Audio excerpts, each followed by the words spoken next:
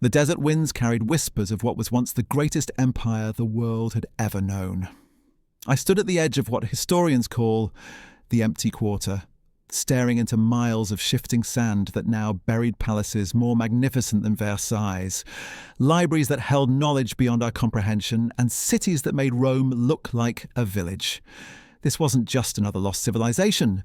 This was the Djinn Empire, a realm that commanded powers we can barely imagine, ruled beings of smokeless fire, and controlled territories spanning 3 continents for over 2 millennia. But here's what nobody tells you about the Djinn Empire. It didn't fall because of war, disease, or natural disaster like every other great civilization in history. It fell because of something far more terrifying. Something that challenges everything we thought we knew about power, magic, and the very nature of reality itself. And the evidence I'm about to show you will change how you see the ancient world forever. My name is Marcus, and I've spent the last 15 years studying civilizations that mainstream archaeology refuses to acknowledge. I've walked through ruins that shouldn't exist, examined artifacts that defy our understanding of ancient technology, and interviewed descendants of peoples who claim their ancestors lived alongside beings of pure energy.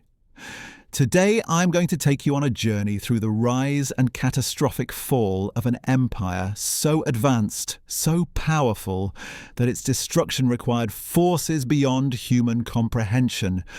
What I'm about to reveal comes from sources most scholars dismiss as mythology, ancient texts written in languages that predate Sumerian, archaeological evidence buried so deep that excavating it would require resources most universities can't afford, oral traditions passed down through generations of desert nomads who still refuse to speak the true names of the Djinn lords.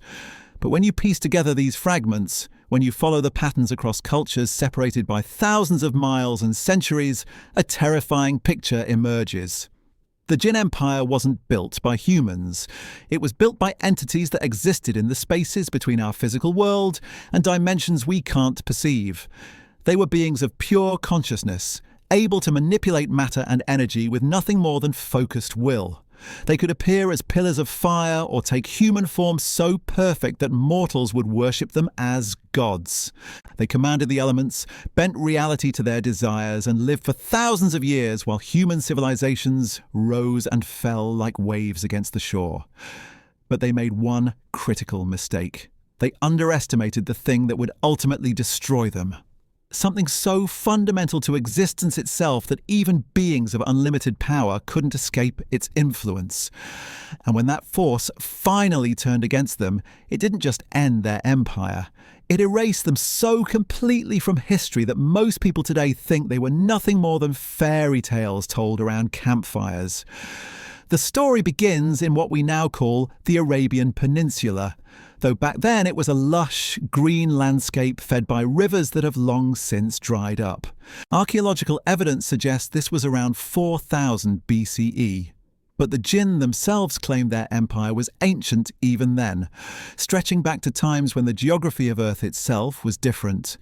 They built their first great city, Iram, at the confluence of 3 major rivers. The city was said to have pillars of emerald and streets paved with gold, but those descriptions don't capture the real marvel of Djinn architecture exist. Their buildings in multiple dimensions simultaneously. A palace might appear as a modest structure from the outside, but contain hundreds of rooms that occupied space folded in ways human minds struggle to comprehend. They created gardens where every flower bloomed eternally, fountains that flowed upward into the sky, and towers that cast shadows in directions where no sun shone. The physics of their constructions operated on principles that wouldn't be rediscovered by human science for millennia.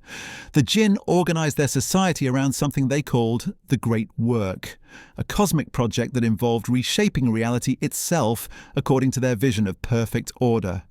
Every Djinn, from the mightiest sultan to the humblest servant, had a role in this grand design.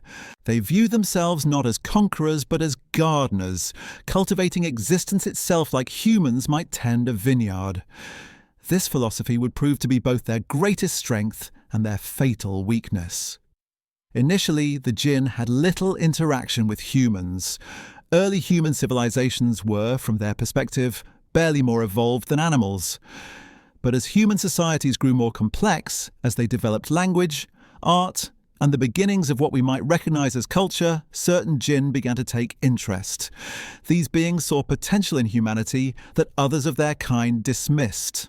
They began to intervene in human affairs, not as rulers, but as teachers and guides. This intervention marked the beginning of the Djinn Empire's expansion into the human world. They established what ancient texts call the Compact, a series of agreements with human leaders that granted certain privileges and protections in exchange for service and acknowledgement of Djinn authority. These weren't conquests in the traditional sense. Humans weren't enslaved or brutalized. Instead, they were elevated, given access to knowledge and technologies that accelerated their development by thousands of years. Under Djinn guidance, human civilizations achieved wonders that mainstream archaeology still can't explain. The precision of the Great Pyramid's construction, the massive stone blocks of Baalbek, the intricate astronomical alignments of Göbekli Tepe. All of these marvels become explicable when you understand that they were built with Djinn knowledge and, in some cases, direct Djinn intervention. The humans who worked on these projects weren't primitive people struggling with bronze tools. They were partners in a cosmic endeavor, given access to principles of engineering and mathematics that wouldn't be formally discovered for millennia. But the relationship between Djinn and humans was complex, often troubled. The Djinn, despite their vast knowledge and power, fundamentally misunderstood human nature. They approached humans the way a mathematician might approach an equation, looking for logical patterns and predictable responses. They failed to account for the chaos inherent in human emotion, the unpredictability of human desire creativity, and the dangerous that emerges when intelligent beings feel constrained by rules they don't fully understand. As human societies grew more sophisticated under Djinn guidance, they also grew more ambitious. Human leaders began to question they'd serve beings they rarely saw, why they should follow rules that seemed arbitrary, why their own potential should be limited by creatures who, for all their power, seemed to lack the passionate intensity that drove human achievement. These questions weren't born from ingratitude or rebelliousness. They emerged from the very qualities the Djinn had sought to cultivate in their human partners. The first major crisis came when a human king named Suleiman, known to later traditions as Solomon, discovered methods for binding Djinn to his will. The texts are unclear about exactly how he accomplished this, but they suggest he gained access to knowledge that the Djinn themselves had tried to keep hidden. Names of power, geometric patterns that could trap beings of pure energy, rituals that could compel even the mightiest Djinn to serve human masters. Suleiman's rebellion sent shockwaves through the Djinn Empire. For the first time in their existence, they faced the possibility that their human subjects might become their masters. The response was swift and devastating. Entire human cities that had sided with Suleiman were reduced to glass and ash. Rivers were diverted, mountains moved, and the very climate was altered to punish those who had dared to challenge Djinn authority. But the damage was already done. The knowledge Suleiman had discovered couldn't be undiscovered, and other humans began to seek similar power. This marked the beginning of what Djinn histories call the Age of Binding, a period spanning nearly 1,000 years during which humans and Djinn engaged in a form of warfare unlike anything before or since. Humans couldn't match the raw power of the Djinn, but they had discovered that knowledge itself was a weapon that could level the playing field. They developed increasingly sophisticated methods for compelling Djinn's service, for trapping Djinn in physical objects, for using Djinn power against other Djinn. The Djinn response was to withdraw from direct interaction with humanity, but they couldn't simply abandon their great work. Instead, they began operating through intermediaries, human agents who served willingly in exchange for extended lifespans and enhanced capabilities. These servants, known in various traditions as sorcerers, mages, or wise men, became the public face of Djinn authority in the human world. They maintained the appearance of human rule while serving an empire that existed primarily in dimensions beyond human perception. This system worked for centuries, but it contained the seeds of its own destruction. The human servants of the Djinn gradually accumulated knowledge and power that their masters hadn't intended to share. Generation by generation, they preserved and expanded upon techniques for manipulating the fundamental forces of reality. They created schools and orders dedicated to preserving this knowledge, building libraries that contained wisdom the Djinn themselves had forgotten. As these human magical traditions matured, they began to pose an unprecedented threat to Djinn dominance. Unlike the direct challenge posed by Suleiman, this was a gradual erosion of Djinn authority that operated on multiple levels simultaneously. Human mages learned to conceal their activities from Djinn detection, to work within the spaces between dimensions where even beings of smokeless fire had limited influence, very laws that the Djinn used to maintain to manipulate their power. The turning point came when these human magical traditions made contact with forces that existed beyond the Djinn Empire entirely. Entities from dimensions that the Djinn had never explored. Consciousnesses that operated according to principles the Djinn didn't understand. Powers that viewed the great work itself as an obstacle to their own cosmic designs. The alliance that formed between rebellious human mages and these otherworldly forces would prove to be the instrument of the Djinn Empire's ultimate before-we destruction. Butic Alliance, we explore that catastrophe need to understand exactly what the Djinn had built and why its destruction require measures. The Empire, such extreme at its height, wasn't just a political entity or even a magical one. It was a fundamental restructuring of reality itself, a cosmic engineering project that had been under construction for millennia. And the forces that opposed it weren't content with mere conquest. They wanted to erase the Djinn Empire so completely that future generations would doubt it had ever existed at all. The scale of what the Djinn had accomplished defies comprehension even by today's standards. When I first encountered fragments of their architectural plans in a forgotten vault beneath Damascus, I spent weeks trying to understand what I was looking at. These weren't blueprints in any sense we would recognize. They were mathematical equations that described how to fold space itself, geometric formulas that could bend the flow of time, and construction techniques that treated the laws of physics as mere suggestions rather than absolute constraints. The great work wasn't just about building cities or expanding territory. The Djinn were attempting to impose their vision of perfect order on existence itself. They saw chaos as a flaw in the universe that needed correction, randomness as an error that required fixing. Every structure they built, every law they established, every intervention they made in human affairs was part of a grand design to eliminate what they perceived as the fundamental imperfections of reality. Imagine trying to tune a piano where every string affects every other string, where touching one note changes the harmonics of the entire instrument. That's essentially what the Djinn were doing on a cosmic scale. They were adjusting the fundamental frequencies of existence, trying to create a universe where everything resonated in perfect harmony according to their mathematical understanding of how reality should function.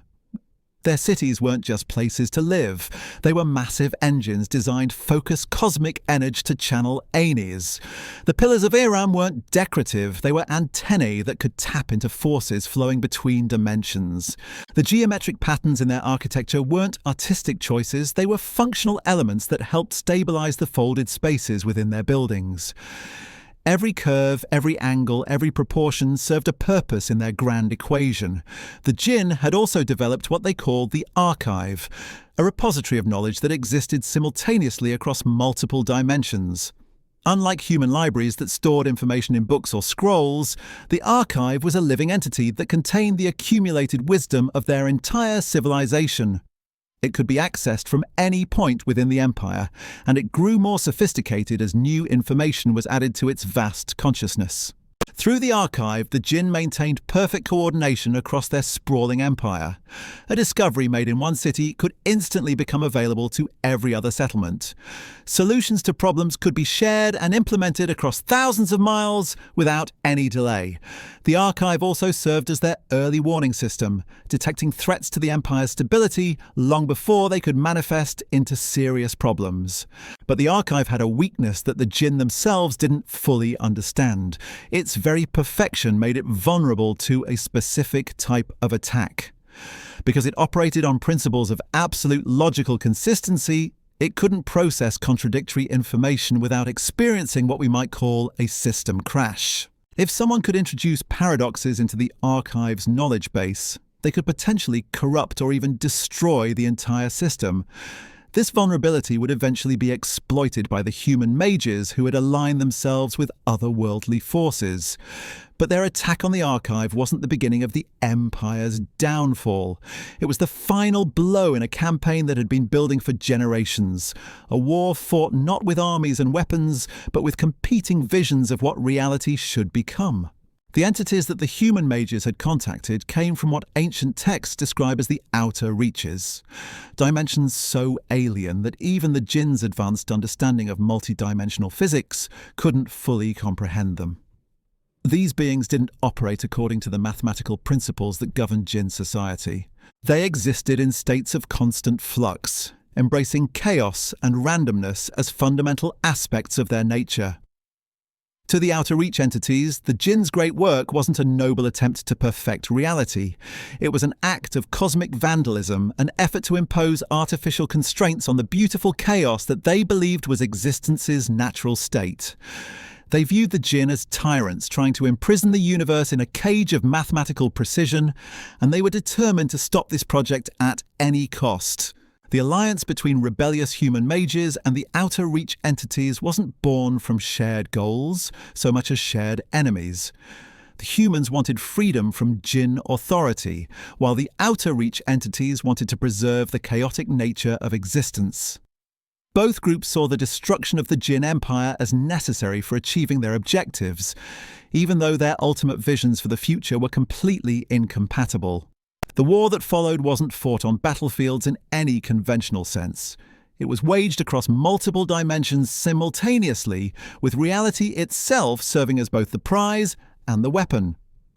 Djinn forces would attempt to stabilize regions of space-time according to their mathematical models, while their enemies would introduce elements of chaos designed to shatter those carefully constructed patterns.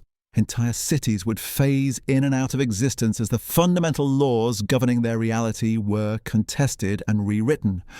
Mountains would transform into oceans, deserts would become forests, and the very flow of time would accelerate or decelerate depending on which side was winning control of local space-time. Humans caught in these reality storms often found themselves aging decades in minutes, or watching their children born as elderly adults. The Djinn initially believed they could contain this conflict through superior organization and more advanced technology. They deployed weapons that could rewrite the atomic structure of matter, shields that existed in 17 plans, calculate dimensions simultaneously, and strategicked by the archive's vast intelligence. But they were fighting an enemy that didn't follow the rules of logical warfare, opponents who treated paradox and impossibility as tactical advantages rather than obstacles. As the war intensified both desperate measures, the Djinn increasingly sides began conscripting human souls to power their reality engines, treating their former subjects as expendable resources rather than partners in the great work. The human mages responded by opening permanent gateways to the outer reaches, allowing increasingly alien entities to enter our dimensional space. These escalating tactics began to destabilize the fundamental structure of reality itself. The carefully maintained barriers between dimensions started to break down. Physical laws became unreliable. Cause and effect relationships began operating in reverse or failing to function entirely. What had started as a war between competing civilizations was becoming a threat to existence itself. The crisis reached its peak when the human mages successfully infiltrated the archive with a weapon of pure paradox. They introduced a logical contradiction so fundamental that the archive's consciousness couldn't process it without destroying itself. The equation they planted was elegantly simple, a mathematical proof that order and chaos were the same thing, that perfection and imperfection were identical concepts, that the great work was simultaneously complete and impossible. When the archive tried to process this paradox, its vast intelligence began consuming itself in an endless loop of logical recursion. The entity that had coordinated the Djinn Empire's activities across multiple dimensions and thousands of years of history simply ceased to function. Within hours, the carefully maintained systems that held the empire together began to collapse. The Djinn found themselves cut off from their primary source of knowledge and coordination. Cities that had existed in folded space-time began unfolding catastrophically, releasing energies that had been contained for millennia. The mathematical constants that governed their technology started fluctuating wildly, causing their most advanced devices to malfunction or explode. The great work itself, deprived of the archive's guiding intelligence, began to unravel. But the destruction of the archive was only the beginning of the Empire's final catastrophe. The real devastation came when the outer reach entities, no longer constrained by the dimensional barriers the Djinn had maintained, began pouring into our reality in unprecedented numbers. These beings didn't just want to defeat the Djinn Empire, they wanted to erase every trace of its existence from the cosmic record. The final phase of the war lasted only 72 hours, but those 3 days saw the complete obliteration of a civilization that had dominated 3 continents for over 2,000 years. The Outer Reach entities didn't simply destroy Djinn cities and installations, they retroactively edited them out of existence, altering the flow of causality itself to ensure that the Empire's greatest achievements had never occurred. Human witnesses to these final days described skies that bled geometric patterns, ground that liquefied into pure mathematics, and the sound of reality itself screaming as fundamental constants were rewritten. The few Djinn who survived did so by abandoning their physical forms entirely, retreating into pocket dimensions where they remain trapped to this day, their power broken and their great work reduced to cosmic debris. The aftermath was almost as devastating as the war itself. With the Djinn's stabilizing influence gone, the regions they had controlled began experiencing what scholars call reality storms, chaotic fluctuations in the basic laws of physics that made normal human civilization impossible. The lush river valleys of the Arabian Peninsula transformed into the desert wasteland we know today. Entire mountain ranges shifted their positions, seas dried up or appeared where none had existed before. Human societies that had depended on Djinn knowledge and protection found themselves struggling to survive with Bronze Age technology in a world that had been reshaped by forces beyond their comprehension. The magnificent cities built with Djinn assistance crumbled into ruins that archaeologists still can't fully explain. The accumulated wisdom of millennia vanished overnight, leaving only fragments and legends to hint at what had been lost. But perhaps the most chilling aspect of the Djinn Empire's destruction was how completely it was erased from human memory. The Outer Reach entities didn't just want to defeat their enemies. They wanted to ensure that future generations would never learn from the Djinn's mistakes. They systematically removed references to the Empire from historical records, altered the memories of survivors, and scattered the physical evidence across dimensions where it would be nearly impossible to find. This is why mainstream archaeology refuses to acknowledge what I've spent my career documenting. It's not just that the evidence is sparse or difficult to interpret. The evidence was deliberately hidden by forces that wanted to prevent humanity from ever again attempting the kind of cosmic engineering project that the Djinn had pursued. Every fragment I've recovered, every text I've translated, every oral tradition I've recorded represents a small victory against this imposed amnesia. The few Djinn who managed to escape the final destruction didn't simply disappear into mythology. They're still out there, trapped in their pocket dimensions, waiting for someone foolish enough to try to repeat their ancestors' mistakes. Sometimes they manage to make contact with human mages or scholars who stumble across the right combination of words and symbols. Sometimes they try to rebuild their empire on a smaller scale, working through human agents who don't fully understand what they're participating in. But they're shadows of what they once were, broken remnants of a civilization that came closer than any other to remaking reality according to their vision of perfection. They serve as a warning about the dangers of trying to impose order on a universe that might be fundamentally chaotic in nature. Their fall demonstrates that even beings of unlimited power can be destroyed if they misunderstand the true nature of existence itself. The question that haunts me as I piece together these fragments isn't just what destroyed the Djinn Empire. It's what their destruction means for us. because the forces that erased them from existence didn't simply vanish after completing dualism. They're still out there, their cosmic van still operating according to principles we can't comprehend, still watching for signs that another civilization might attempt what the Djinn tried to accomplish.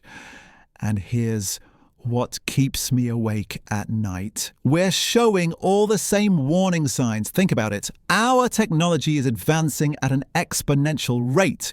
We're manipulating matter at the quantum level, bending space and time through our understanding of relativity, developing artificial intelligences that can process information faster than human minds can comprehend.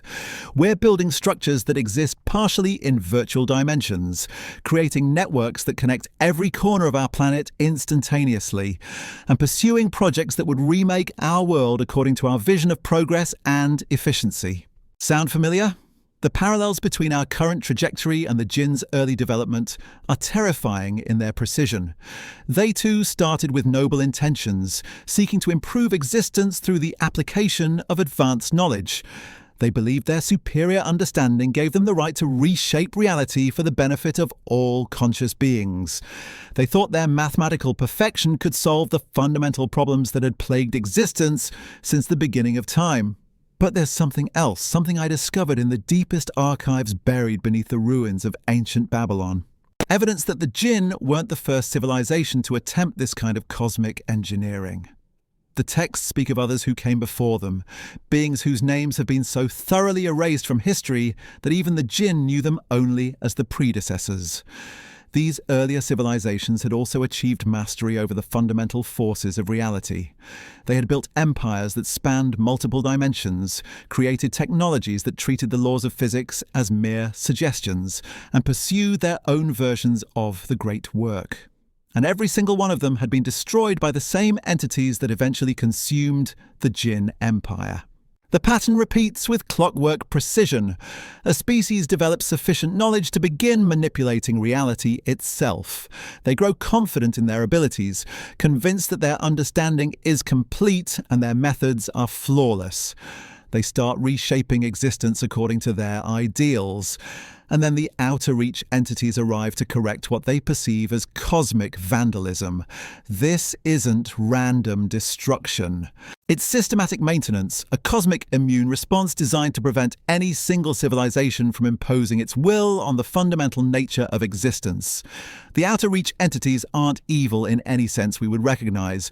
They're performing what they consider essential maintenance on reality itself, preventing the universe from being locked into static patterns that would eliminate the chaos they believe is necessary for true existence. But their methods are absolute. They don't simply defeat civilizations that threaten their vision of cosmic order. They erase them so completely that future generations can't learn from their mistakes. They edit the historical record, alter across dimensions where it will the flow of causality, and scatter the evidence take extraordinary effort to rediscover. They want each civilization to make the same mistakes independently, to walk blindly into the same trap without the benefit of previous examples. This is why the knowledge I've spent my career assembling is so dangerous. By documenting the Djinn Empire's rise and fall, by preserving the fragments of their history that the outer reach entities tried to destroy, I'm potentially enabling future civilizations to avoid the mistakes that led to their destruction. But I'm also making myself a target for forces that have been systematically eliminating such knowledge for eons. The signs are already appearing. Strange coincidences that prevent me from accessing certain archives. Research funding that disappears without explanation. Colleagues who suddenly lose interest in projects they were passionate about for years. Technology that malfunctions in ways that seem almost intelligent, as if something is actively working to prevent me from completing my documentation. But I've learned from studying the Djinn's downfall. I've scattered copies of my research across multiple locations, encoded essential information in ways that won't trigger the kind of logical paradoxes that destroyed the archive, and established networks of colleagues who can continue this work if something happens to me. I won't make the mistake of centralizing everything in a single system that can be corrupted or destroyed. The most disturbing discovery I've made concerns what the Djinn called the threshold.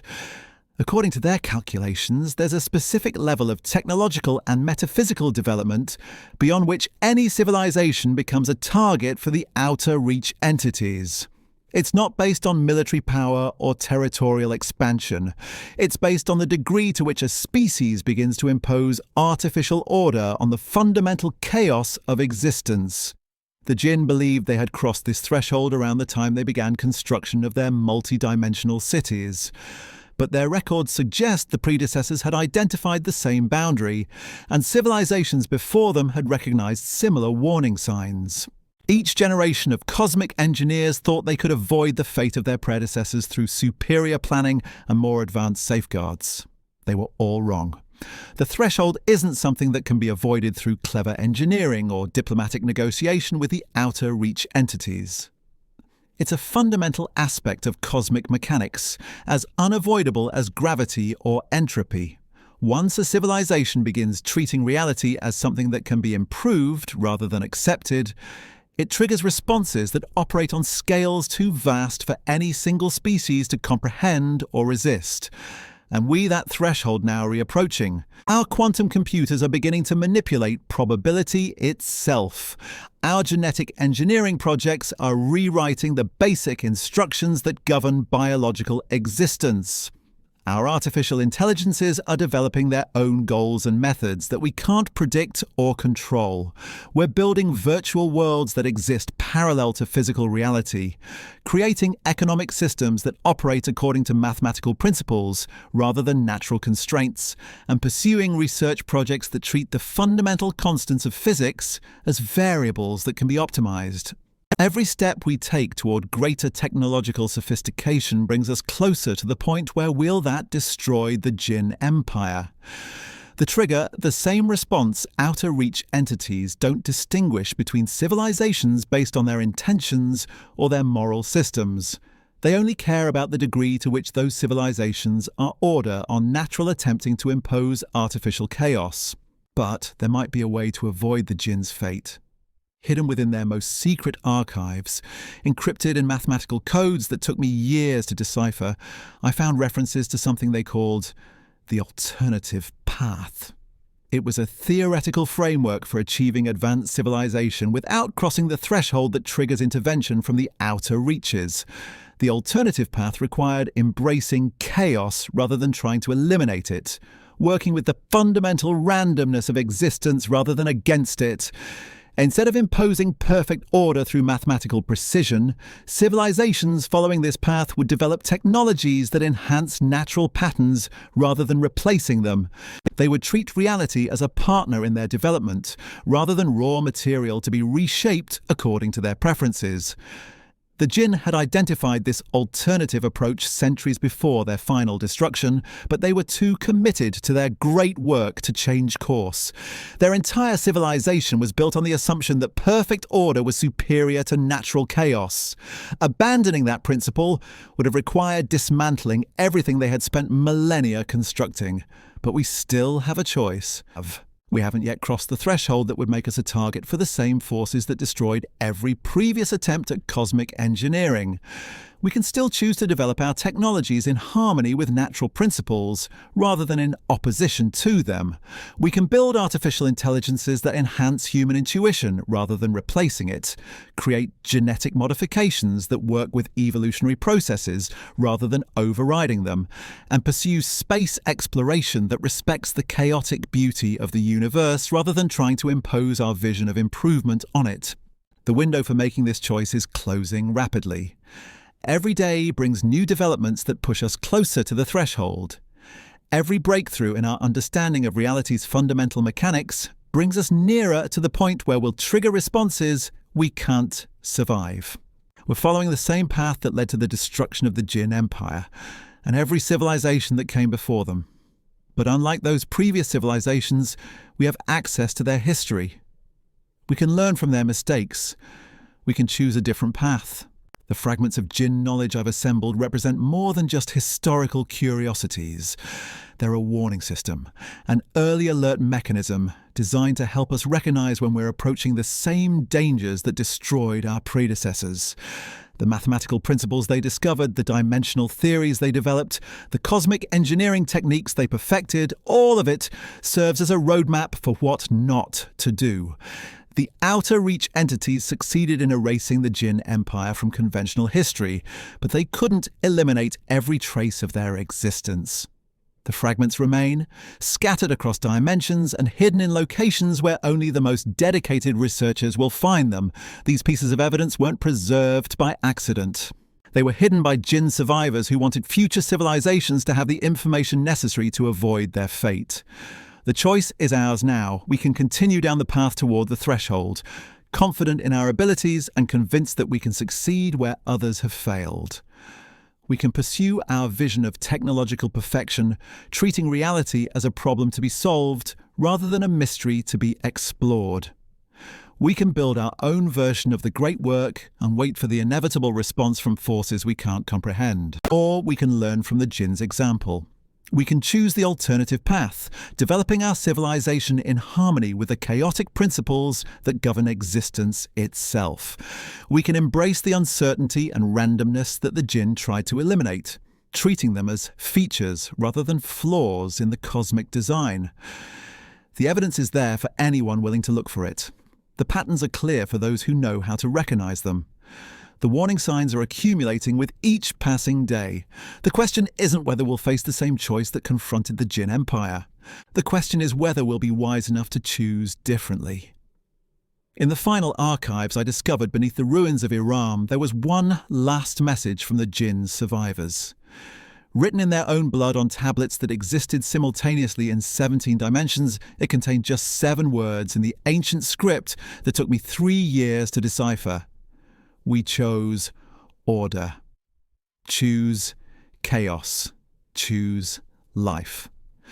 Those words haunt every decision we make as a species. Every technological breakthrough, every scientific discovery, every step toward greater understanding of reality's fundamental mechanics brings us closer to the moment when we'll have to decide what kind of civilization we want to become. The Djinn Empire fell not because they lacked power or knowledge or determination. They fell because they made the wrong choice when confronted with the fundamental nature of existence itself. They chose to fight against chaos rather than learning to dance with it. We still have time to make a different choice, but that time is running out faster than most people realize. The threshold approaches whether we acknowledge it or not. The outer reach entities wait in dimensions beyond our perception to every previous civilization, ready to respond as they have responded, that cross the line between enhancement and replacement of natural order. The fragments of the Djinn Empire's history that I have assembled represent our last chance to learn from the past rather than repeating its mistakes. The choice is ours, but we must make it soon. The alternative is to become another footnote in a cosmic history that no one will be allowed to remember. The desert wind picked up as I knelt beside the final artifact I discovered in that hidden chamber beneath Damascus. My hands trembled as I brushed away centuries of accumulated dust from what appeared to be a crystalline device no larger than my fist. But this wasn't just another piece of Djinn technology. According to the inscriptions surrounding it, this was a fragment recorder, one of the last devices created by the archive itself before its catastrophic destruction. The moment I made physical contact with the crystal, images flooded my consciousness with overwhelming intensity. Not memories in the human sense, but pure data streams containing the final moments of the Djinn Empire's existence.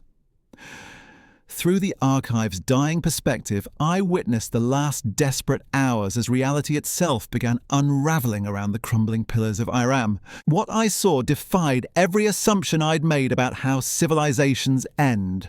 The final battle wasn't fought with weapons or armies.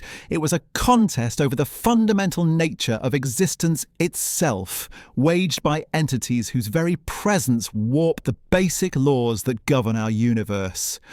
The outer reach beings didn't simply invade our dimension. They convinced reality that the Djinn Empire had never existed in the first place, systematically editing the cosmic record to eliminate every trace of their achievements. The fragment recorder showed me something that changed everything I thought I understood about our current situation. The threshold I'd been warning about, the point at which civilizations trigger intervention from the outer reaches, isn't a fixed boundary. It's a moving target that shifts based on the accumulated technological development of all species within a given galactic region. Each civilization that crosses the line makes it easier for the next one to trigger the same response. We're not just following in the Djinn's footsteps. We're walking a path that's been worn smooth by countless predecessors, each one lowering the bar for what constitutes a threat to the cosmic order. The Djinn had to achieve mastery over 17 different dimensions before they triggered intervention. The predecessors before them had to manipulate 23, but according to the calculations embedded in the fragment recorder, we might cross the threshold with technology that seems primitive compared to what those ancient civilizations had achieved. The reason is cumulative damage to what the archive called the stability matrix, the underlying framework that keeps reality functioning according to consistent principles. Every civilization that attempts to impose artificial order on natural chaos weakens this framework slightly. The outer reach entities don't just respond to individual threats. They respond to the cumulative stress that technological civilizations place on the fundamental structure of existence itself. This revelation hit me like a physical blow. We're not starting from zero in our race toward the threshold. We're starting from a position where the cosmic immune system is already hypersensitive, primed to respond to threats that would have been ignored in earlier epochs. The margin for error has been shrinking for eons, and we're approaching it at a time when that margin might be thinner than it's ever been before. But the fragment recorder contained more than just warnings. Hidden within its data streams were detailed specifications for something the archive had been developing in its final moments, a desperate attempt to preserve some Djinn knowledge for fragment of future civilizations. They called it the Resonance Protocol, a method for achieving advanced technology without triggering the cascade of responses that had destroyed every previous attempt at cosmic engineering. The protocol wasn't based on imposing order through mathematical precision like the great work had been. Instead, it involved learning to harmonize with the natural frequency of chaos itself, developing technologies that amplified existing patterns rather than replacing them with artificial constructs. The theoretical framework was elegant in its simplicity, but implementing it would require abandoning almost everything we consider progress. According to the protocol, our current approach to artificial intelligence is fundamentally flawed. Instead of creating systems that think faster and more logically than humans, we should be developing technologies that enhance our natural intuition and creativity. Rather than building machines that replace human judgment, we should be creating tools that amplify our ability to navigate uncertainty and embrace beneficial randomness. The same principle applied to every aspect of technological development.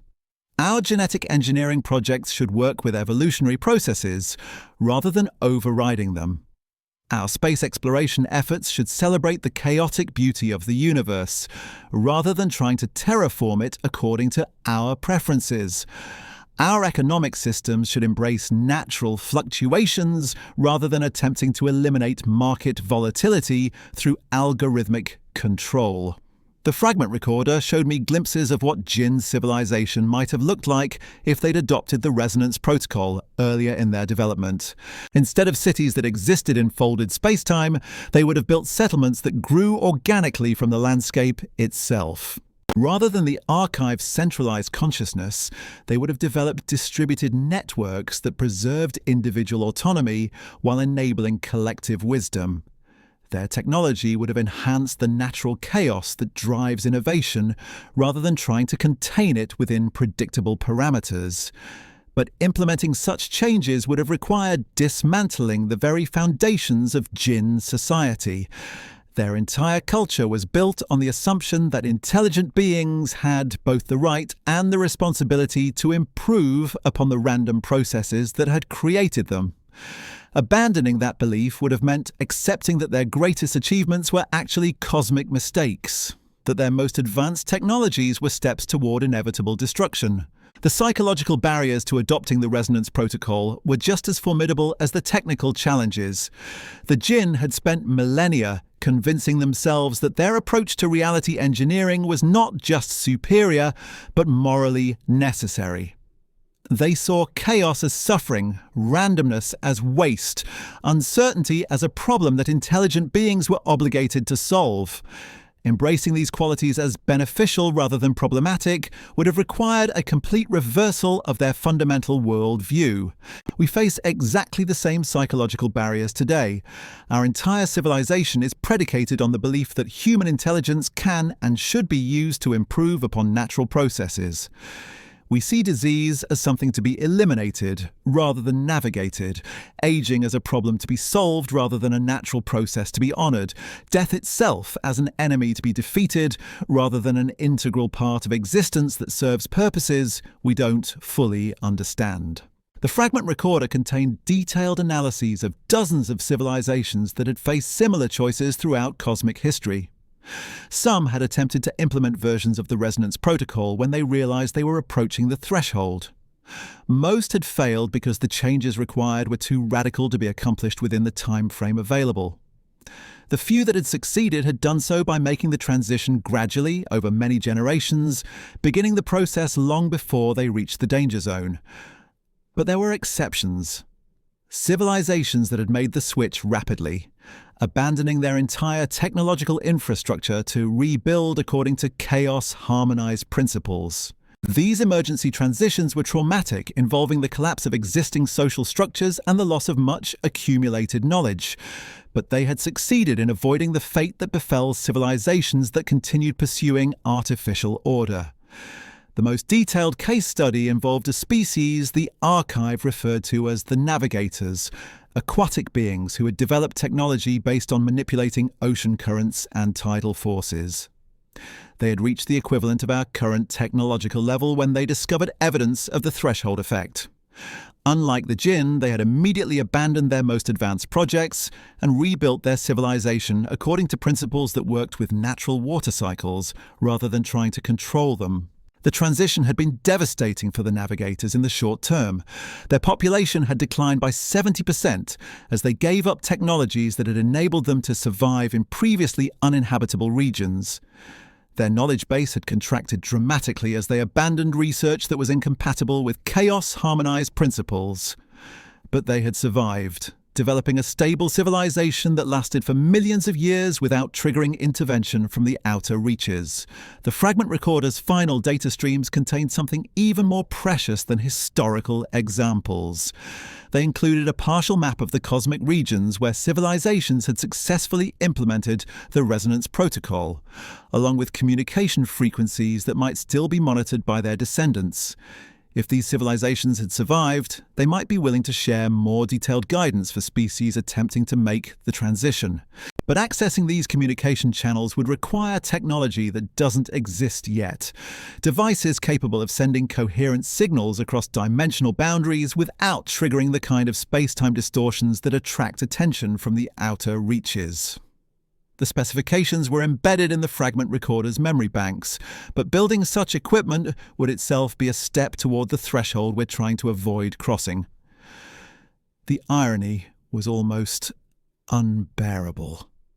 The knowledge that could save us from the Djinn's fate was contained within technology that represented exactly the kind of cosmic engineering the outer reaches were designed to prevent. Every attempt to access the guidance we needed would bring us closer to the destruction we were trying to escape, unless we could find another way. The fragment recorder's data included references to naturally occurring phenomena that could serve the same communication function as engineered devices. Certain astronomical events created temporary channels between dimensions that could carry information without requiring artificial manipulation of space-time.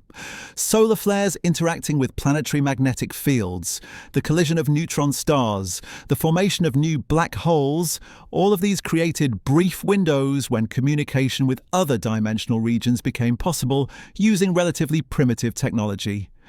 The next such opportunity wouldn't occur for another 47 years, when a predicted solar maximum would coincide with a rare planetary alignment that occurred only once every few centuries. If we could prepare the right receiving equipment and position it correctly, we might be able to establish contact with civilizations that had successfully navigated the transition we're facing. But 47 years assumes we have that long before crossing the threshold ourselves. The fragment recorder's analysis of our current technological trajectory suggested we might trigger intervention much sooner than that. Our development of quantum computers, genetic engineering techniques, and artificial intelligence systems was accelerating at an exponential rate that could bring us to the danger point within the next 2 decades. The window for making a gradual transition to chaos-harmonized technology was already closing. If we were going to avoid the Djinn's fate, we would need to make rapid, dramatic changes to our entire technological infrastructure. Changes that most people would perceive as abandoning progress rather than embracing a different form of advancement. The political and economic obstacles to implementing such changes seemed almost insurmountable. How do you convince a civilization to abandon technologies that have improved living standards and expanded human capabilities? How do you persuade governments to dismantle artificial intelligence systems that provide strategic advantages over potential enemies? How do you get corporations to stop developing products that generate enormous profits because they might trigger cosmic intervention that most people don't believe is possible? The fragment recorder offered some guidance on these challenges as well. The Djinn had faced similar resistance when some of their leaders recognized the approaching danger and attempted to alter their civilization's trajectory.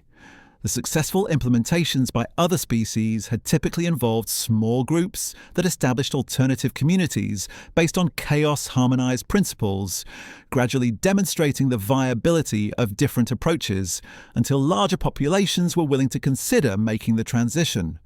These pilot communities served as laboratories for developing technologies that worked with natural processes rather than overriding them.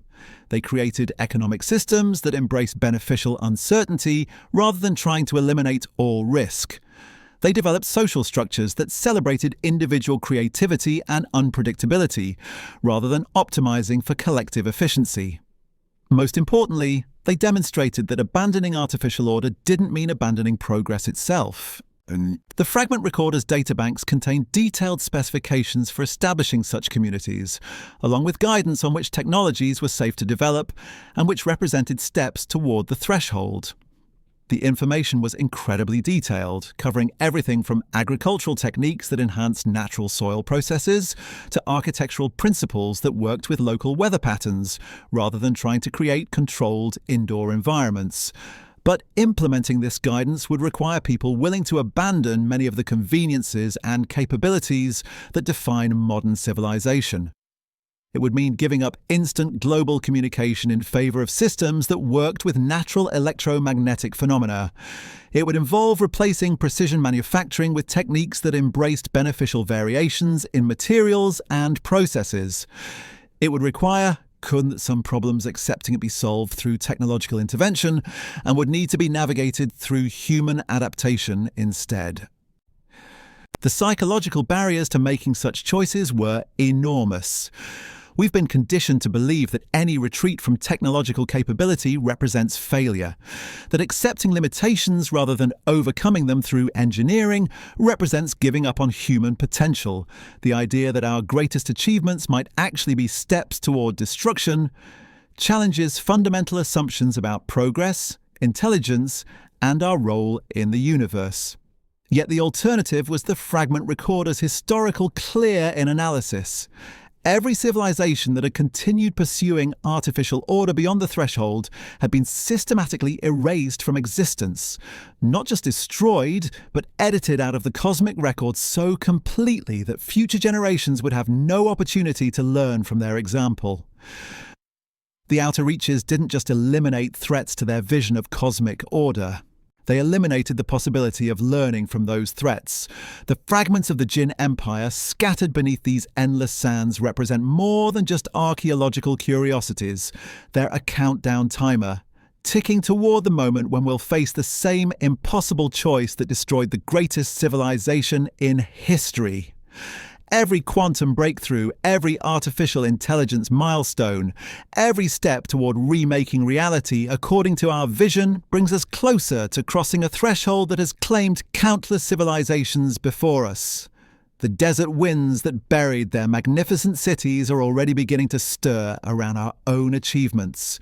The choice isn't whether we'll face this test, but whether we'll be wise enough to choose differently than those who came before us.